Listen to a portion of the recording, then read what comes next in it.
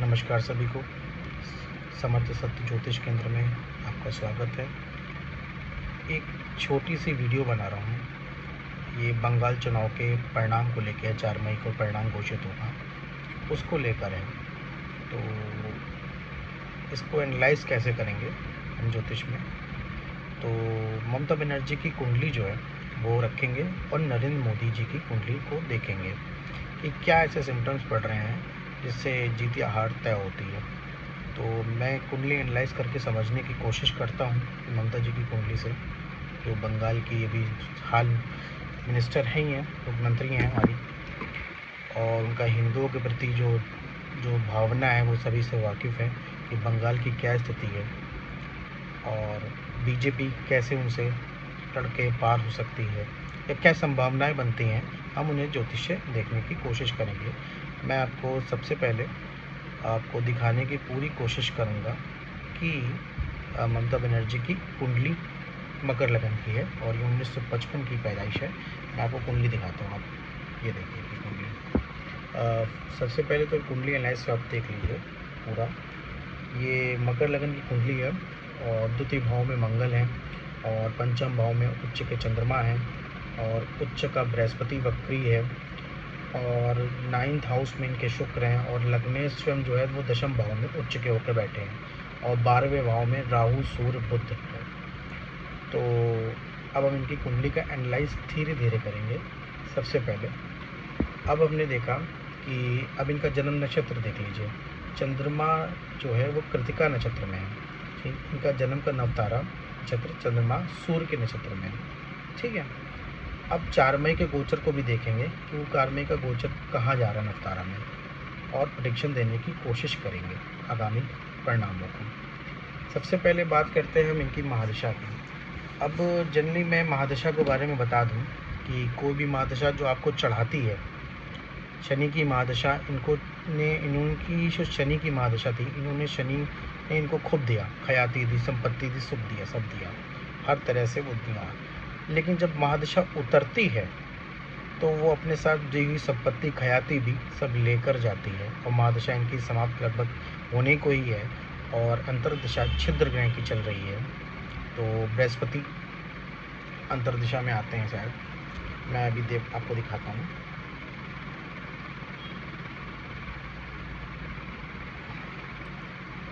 अब इनकी जो देखिए, इनकी जो है 27 तक में ग्रह दशा इनकी जो है वो शनि की चलेगी। आप देख सकते हैं शनि की महादशा। और जब मैं इसमें क्लिक करता हूँ कि मैं शनि में क्लिक किया तो बृहस्पति की अंतर्दशा आ गई। अब बृहस्पति इनके लिए छिद्र ग्रह है। ठीक है।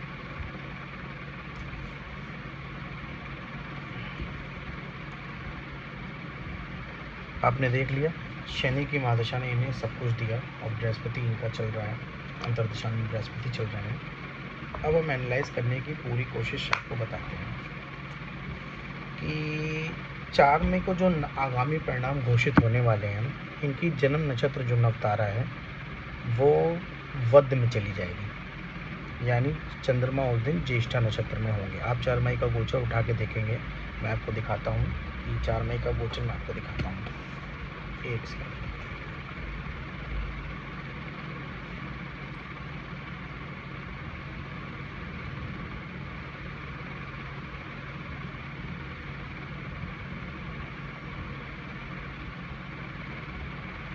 ये देखिए, ये 4 मई का गोचर है और इसे आप देखेंगे तो चंद्रमा जो है हमारी ज्येष्ठा नक्षत्र में चले जाएंगे, जो कि इनका वध तारा है। अब नव तारा ये वगैरह ये तो ज्योतिष के लोग जो सीख रहे होंगे या जो जानते होंगे उन्हीं को पता होगा।